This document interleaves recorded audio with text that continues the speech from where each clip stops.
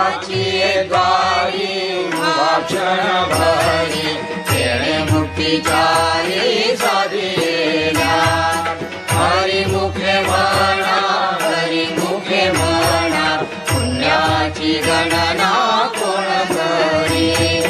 असोरी संसारी दिव्य वेदू करी वेदशास्त्र उभारी